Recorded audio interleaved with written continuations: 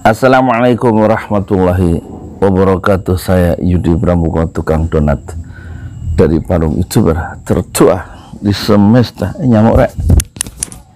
Jadi vonisnya untuk Habib Rizik 8 bulan kasus kerumunan Petamburan dan kemudian 20 juta denda untuk kasus Megamendung itu justru ini ya membuat pemerintah bingung sebenarnya.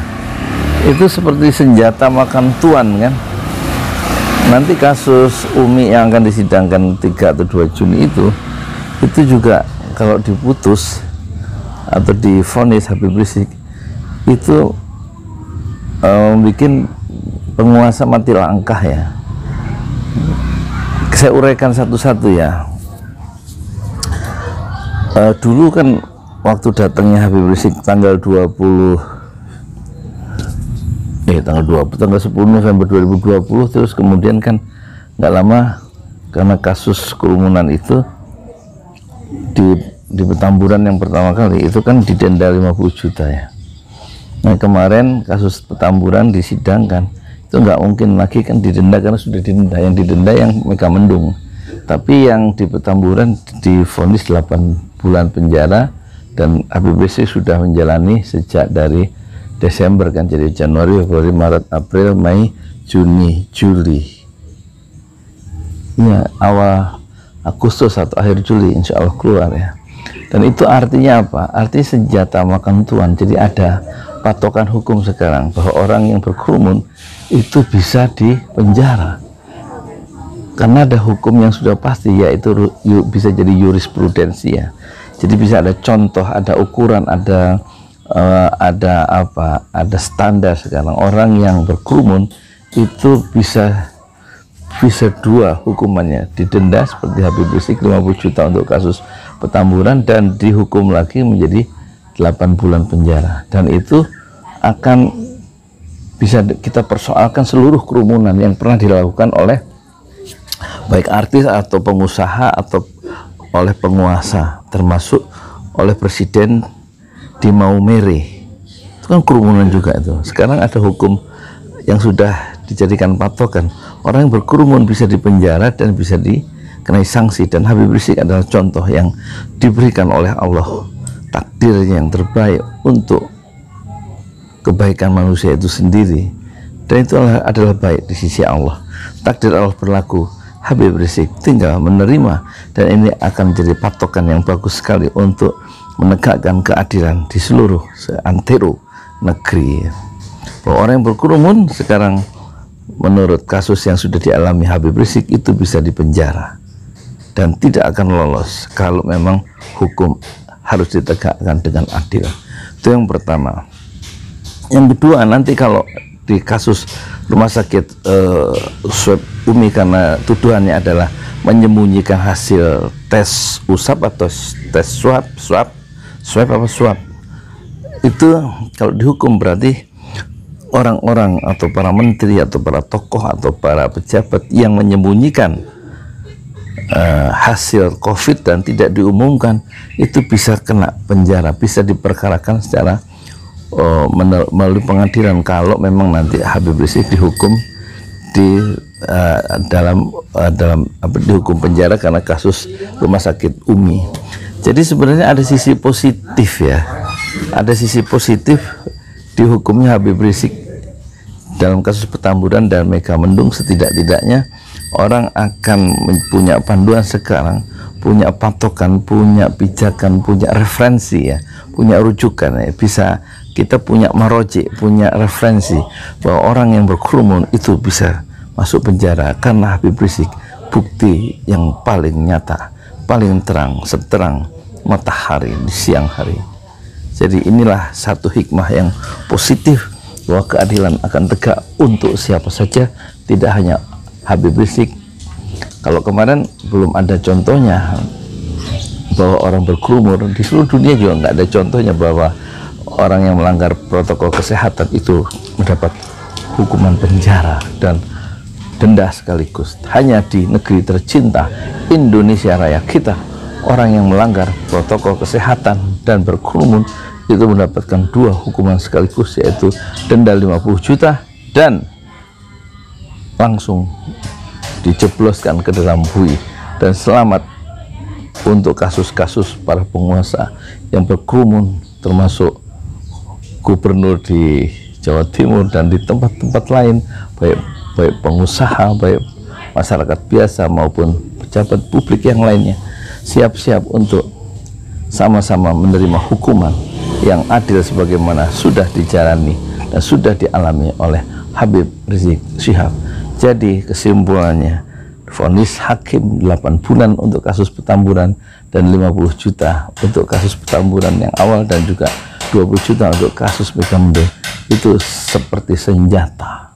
Dan senjata itu yang dibuat oleh penguasa itu, ternyata senjata itu makan tuannya sendiri. Dan silakan kita lihat keadilan di hari ini dan di hari-hari mendatang. Assalamualaikum warahmatullahi wabarakatuh. Saya Yudi Pramuko, tukang donat dari para youtuber tertua di semesta Fasbir Sabran Jamil. Bersabarlah dengan kesabaran yang indah. Assalamualaikum warahmatullahi wabarakatuh. Tidak lali ya, ini sudah banyak alhamdulillah donasi untuk Palestina ya. Sedikit banyaknya nanti per minggu atau per 2 minggu akan saya serahkan ke Mercy ya, di situ di Radio Rasil ya, Radio Silaturahmi. Meskipun jadi bukan banyak yang penting, tapi ikatan hati atau komitmen kita terhadap perjuangan kemerdekaan Palestina yang perlu kita bantu dengan doa dan dengan harta dan dengan komitmen atau keberpihakan kita kepada perjuangan kemerdekaan Palestina, sebagaimana dulu Palestina membela kemerdekaan Indonesia, dan negara-negara Arab adalah negara-negara yang pertama-tama berjuang dan mengakui membela kemerdekaan Republik Indonesia tahun 1946. Saya Yudi Pramuko, tukang donat dari para youtuber tertua di semesta Fasbir Sabran Jamil. Bersabarlah dengan sabaran yang indah. Assalamualaikum warahmatullahi wabarakatuh. Saya Yudi Pramuko, tukang donat dari para youtuber tertua di semesta. Hari ini hari apa ini? Hari Senin ya. Hari Senin tanggal berapa ini? Tanggal 25 apa 24? Pokoknya tanggal 24 saya punya gaji dari YouTube itu 5.202.000. Tadinya saldonya 0 rupiah ya, 0,00. Jadi yang 3 juta akan saya berikan istri saya, yang 2 juta saya berikan ya 1 juta saya berikan anak saya untuk nambah DP motor 3 juta.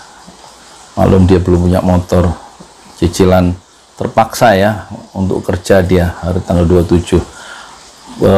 Cicilan satu bulan itu 1.100.000, selama 23 bulan uang mukanya 3 juta, saya tambahin 1 juta, udah ada DP 2 juta.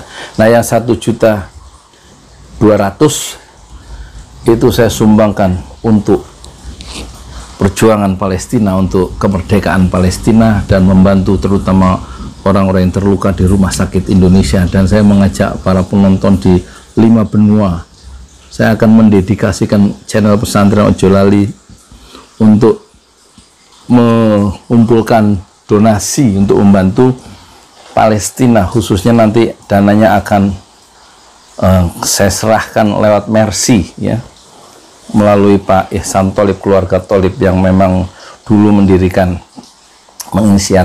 berinisiatif dan jurnalis Udin dan Mercy membangun rumah sakit Indonesia di Gaza ya.